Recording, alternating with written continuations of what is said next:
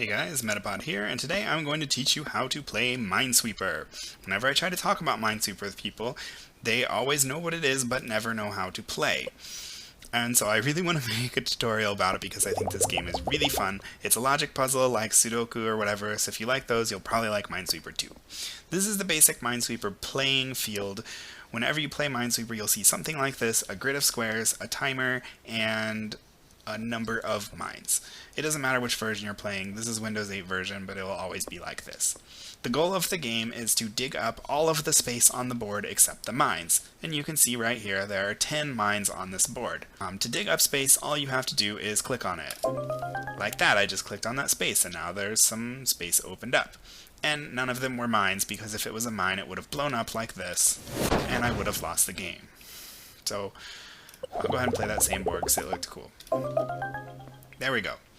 Now, you see all these numbers and stuff, and you're probably wondering, well, what am I supposed to do from here? How am I supposed to know where the mines are? Do I just keep clicking everywhere until I find a bomb? Oh, no, that made me lose. Okay, well, let's try something else. Hey, these numbers actually mean something. If you're playing on the Windows 8 version, there's actually a how to play tutorial, so you can just do that. There's probably help files on older versions of Minesweeper, but a lot of people don't even look at that. So I'm going to take a screen cap here, and we're going to go to everybody's favorite program, pbrush.exe, or Microsoft Paint. So let's take a look at one of the numbers. Here's a number 3. What does this 3 mean? That 3 means that in any of the surrounding spaces, this one, this one, this one, this one, this one, this one, this one, or this one, or I'll just mark them with a square around the 3, in any of these surrounding spaces, there will be exactly 3 mines. Not 2, not 4, not more or less, exactly 3 mines. So we already know that there are not any mines in these spaces because we've already dug those up. These we have not dug up, so we know that in these 4 spaces, there will be exactly 3 mines. Now you're probably thinking, wow, I don't care, that doesn't help me. Okay, let's look at something else. For example, this number 1 right here. This is a really easy pattern because the 1 is in a corner, and there's only exactly 1 square around it that has not been dug up. We already know the squares that we did dig up are not mines, and this one must be the mine. In your game, you can notify yourself where there is a mine by right-clicking on it. That'll place a flag. You can also notice that right here, my number of mines went from 10 to 9. That's because the flags are your indication that there definitely is a mine there. So the game is telling you, you have 9 mines left to flag, and once you've flagged all those 9 mines, you can dig up every space happily. So look, here's a number 2. Surrounding that, there's exactly 2 that could be mines. We already knew one of them. There's the second one. And you can keep doing this everywhere where you think you might have mines. And now you're wondering, well, where do I go from here? Let's look at this number 1. Surrounding it, we know there has to be exactly 1 mine in one of these squares. Hey, look, it's already there. It's this one. So we know the other squares around it are definitely not mines because we already know where the 1 mine is. So in our game, we can just click the spaces around it. Hey, look. We just dug up more space, and then you can keep doing this with all of your numbers until you've solved the puzzle. It's pretty easy. It only took me 1 minute and 3 seconds, and I was making this tutorial as I did it. And that's literally all you need to know to start playing Minesweeper. You know all of the rules, and you know how to win. Pretty much just remember that the numbers mean there are exactly that many bombs surrounding the number, and you can use that to deduce where the bombs are and where you can click next. Keep doing it until you get faster, and then you can start moving up to the higher levels. But as you can probably guess, it's not always going to be that easy. As you get to the higher levels, it's going to be a little harder to figure out where you need to click. But there are still some simple logical rules that you can use to figure out where the mines are going to be. I'm going to show you a few easy patterns that you can memorize, and then I'm going to talk about some kind of step-ahead logic that you can use to determine where some extra spaces are, and how to use the question marks in a meaningful way. And as a side note, while you're solving your puzzle, if you're playing on a newer version of Minesweeper, if you want it to go even faster, once you've flagged all of the mines around a number, you can just double click on the number, and it will automatically dig up all of the space surrounding it. And this is called a chord. I don't know which version it started in, but it definitely works in the Windows 8 version. So now I'm going to show you some common patterns you can easily recognize when you're playing. These will help you solve the puzzle faster because you won't even really have to think about the logic behind it. You'll just notice the pattern and click the flag or click the empty space right away. So look at this number 1. This is exactly what I did before. There's only one bomb around it. The same thing can be said right here. When you see these kind of squares sticking off in the corners, just see if there's a number 1 around it. Anytime you have a corner with a number 1, like right here, you can easily flag that as a bomb. Similarly, this number 2 is in a corner, and we know that it's going to be those two.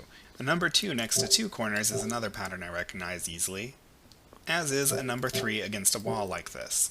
These next patterns are going to be a little more advanced. This first one I'm going to call the 1, 2, 1 pattern because it's the numbers 1, 2, and 1 all in a straight line. It doesn't matter if they're vertical or horizontal, they just have to be all straight in a row with each other like this.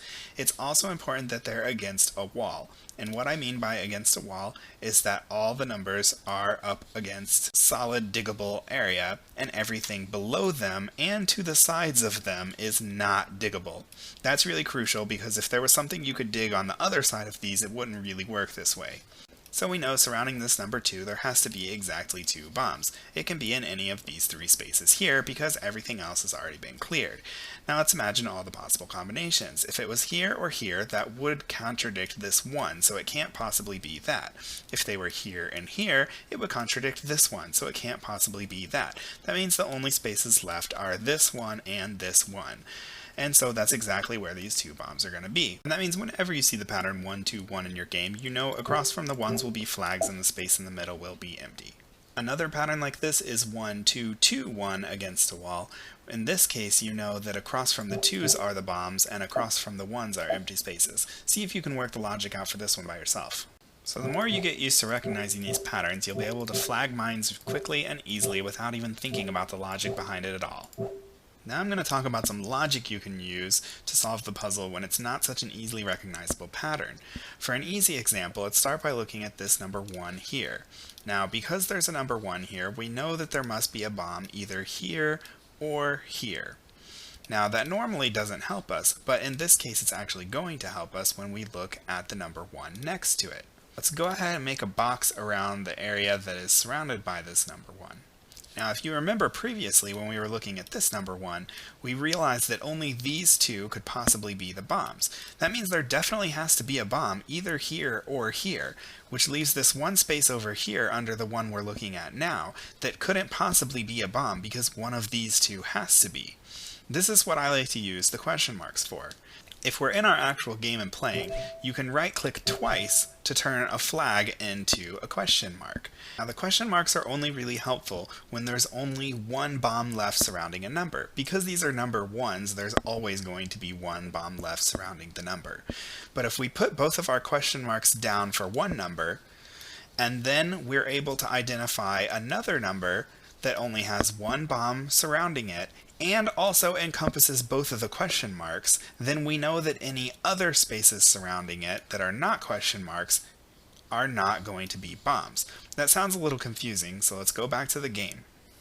Now in the game, without all the scribbles all over the screen, you can see that surrounding this one number, we know that there's definitely one bomb left within these 2 question marks. And then we know surrounding this one number, there's definitely one bomb left, and this number 1 contains all of the question marks that I marked previously. That means anything left around this 1 is not a bomb. It doesn't tell us where the bomb is, but we were able to open up some more area. Similarly, after opening this up, this number 1 has to have a bomb here or here. Now this number 1 can only have the bomb here or here too, because there's only one bomb left and it encompasses all the question marks. So we can go ahead and clear all of these out. And then this number 1 here also encompasses both of these question marks, so we can clear all of these out. As you can see, even though we haven't flagged any bombs, it's still easy to open up a bunch of space by using potential bomb locations when there's only one bomb left. Of course, it doesn't just have to be with only the number 1. If we go back a few steps, we can also see here around this number 3, we already have 2 of the bombs, and there's only these spaces left. And that means there's only one bomb left around this number 3, and it has to be here. And like we did before, because surrounding this 1, we encompass all of the question marks except for the single bomb left around this number, so we know we can open this one. And personally, I just use the question marks in my head because you can usually figure out this pretty quickly on your own.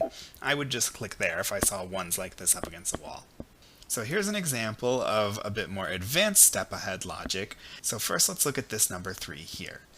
If you look at the spaces surrounding it, we already have 2 that are the bombs, so there's only going to be 1 bomb left, and it must be here or here. So using the rules we set for question marks before, let's put question marks here or here. Now let's look at this number 2 here. It already has one of its bombs, which means its other 1 bomb must be here or here. Likewise, we can use our question mark rule to set question marks here or here. Now let's look at this number 2 here. This number 2 doesn't have any of its bombs yet and is surrounded by these. We know that there has to be 2 bombs left. We know that one of those 2 has to be here, and we know one of the other 2 has to be here. So there will definitely be one here or here, and then definitely be a second one here or here.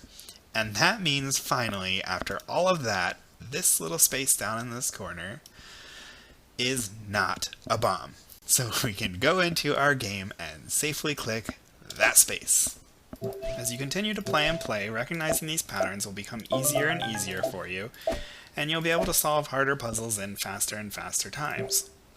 And for one last helpful tip, let's say we got near the end of the game and we had this pattern here left with these 4s and 2s up in this top of the screen.